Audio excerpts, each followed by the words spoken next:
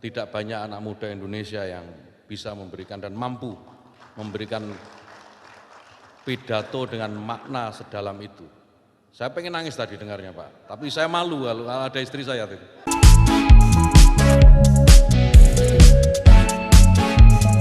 Salam sejuta fakta oleh Big Team. Bagi yang belum subscribe, silakan di-subscribe dulu. Sambil di-subscribe, kita dengarkan kebenaran berikut. Assalamualaikum, salam sejahtera untuk kita semua.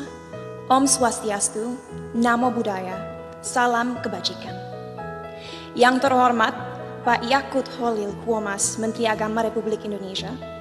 Yang terhormat Pak Nadiem Makarim, Menteri Pendidikan, Kebudayaan, Riset dan Teknologi Republik Indonesia. Yang terhormat Pak Muhammad Tito Karnavian, Menteri Dalam Negeri Republik Indonesia yang hari ini diwakili oleh Dirjen Polpum Bapak Dr. Bahtiar Masters of Science. Yang terhormat Pak Muhammad Ali Ramdhani, Dirjen Pendidikan Islam. Dan yang terhormat Pak Yandri Susanto, Ketua Komisi 8 DPR RI. Yang terhormat semua tamu yang saya banggakan.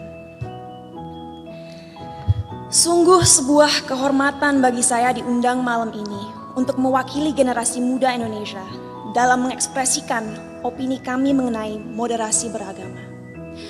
Jujur saya tidak tahu kenapa saya yang diundang malam ini untuk hadir di sini, tapi saya harap pidato yang saya buat tadi malam bisa menggerakkan hati para hadirin hari ini.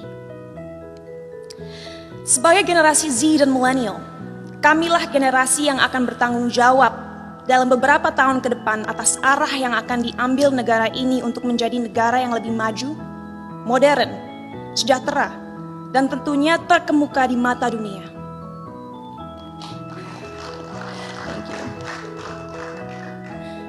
Tapi nilai-nilai apa saja yang harus kita terapkan kepada masyarakat Indonesia agar mimpi-mimpi ini bisa terrealisasi?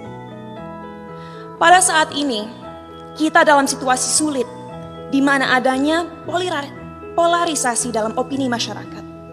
Terlihat jelas bahwa adanya ketidaksepakatan tentang apa yang dibutuhkan negara ini agar bisa benar-benar menjadi kesatuan yang kuat. Dalam satu sisi, generasi muda sekarang mempunyai keinginan besar untuk mempromosikan budaya dan identitas bangsa. Kami percaya akan pentingnya untuk negara-negara di luar sana melihat potensi, keunikan, dan kehebatan negara ini.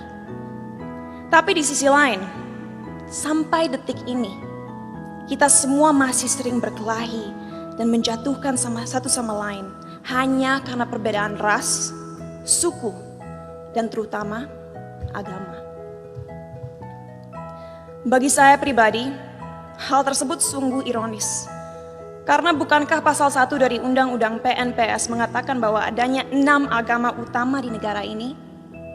Bukankah moto negara ini Bhinneka Tunggal Ika, yaitu berbeda tapi satu? Tapi mengapa walaupun dengan fondasi negara yang begitu memeluk perbedaan dan toleransi, tetap saja masih ada konflik? Apa yang membuat agama mampu membuat kita melupakan inti dari identitas bangsa ini? Sebagai lulusan psikologi dan sastra Jerman, saya dari dulu memiliki kuriositas terhadap cara berpikir manusia. Oleh karena itu, pengetahuan tersebut saya perdalam dengan mempelajari filosofi. Sampai detik ini, saya tidak akan pernah lupa akan apa yang dikatakan oleh salah satu filsafat paling berpengaruh sepanjang masa, yaitu René Descartes. Ia mengatakan, manusia adalah makhluk yang finite atau terbatas, sedangkan Tuhan adalah sosok yang infinite atau tidak terbatas. Oleh karena itu, bagaimana kita sebagai makhluk yang terbatas merasa mempunyai kemampuan untuk mengerti sesuatu yang jauh di luar kapasitas kita? Bagaimana kita sebagai makhluk yang terbatas bisa memahami esensi dari sesuatu yang tidak terbatas? Inilah salah satu akar dari masalah yang kita miliki dalam masyarakat Indonesia sekarang. Karena pemahaman yang terbatas dan pemikiran yang tidak kritis, orang-orang terjebak dalam cara berpikir di mana mereka telah memanusiakan Tuhan. Merasa memiliki hak dalam mendikte kemauan Tuhan, merasa tahu pikiran Tuhan, dan merasa berhak bertindak atas nama Tuhan. Inilah yang akhirnya seringkali berubah menjadi sifat radikal. Dalam perbincangan saya beberapa waktu lalu dengan Habib Hussein Jafar, kami berdua sepakat bahwa bahaya yang masyarakat kita alami sekarang adalah mengatasnamakan Tuhan untuk kepentingan pribadi.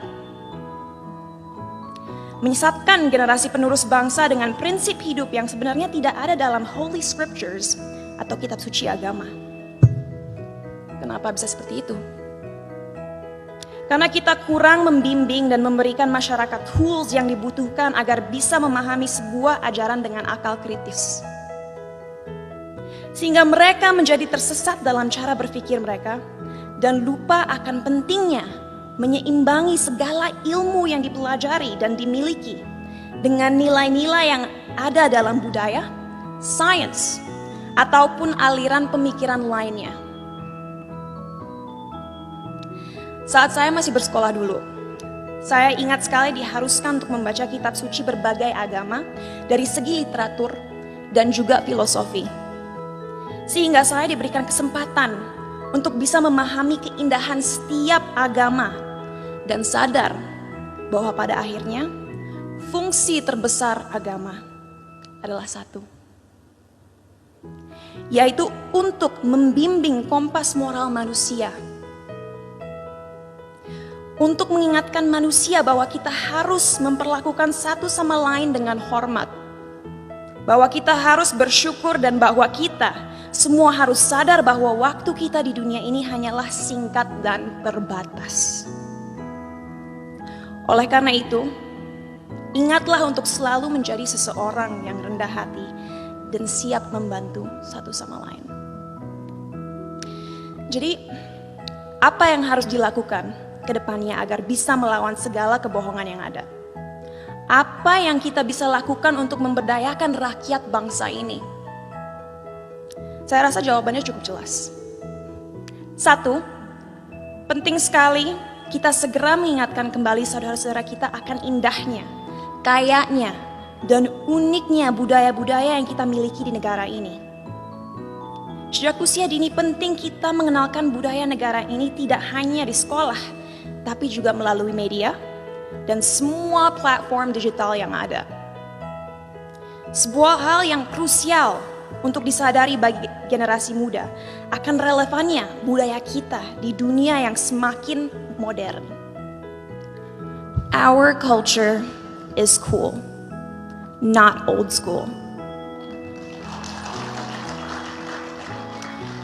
Kedua, ajaran agama yang ada dalam sistem pendidikan harus adil dalam merepresentasikan agama-agama yang ada di negara ini. Agar orang-orang bisa mengerti sejak usia muda bahwa semua agama itu mengajarkan kebaikan dan tidak seharusnya kita melecehkan dan menyakiti satu sama lain hanya karena sebuah perbedaan. Ketiga, critical thinking, critical thinking, critical thinking. Ajarkanlah adik-adik kita untuk membaca dan mempelajari segala sesuatu dari berbagai sudut pandang. Biarkanlah mereka bertanya. Tumbuhkanlah rasa ingin tahu mereka sehingga mereka tidak mudah dipengaruhi dan dijajah pikirannya.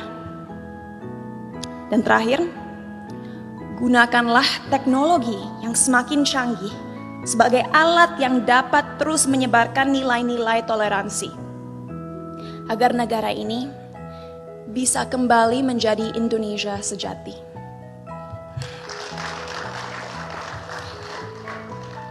Sebagai penutup, saya ingin membacakan quote berikut.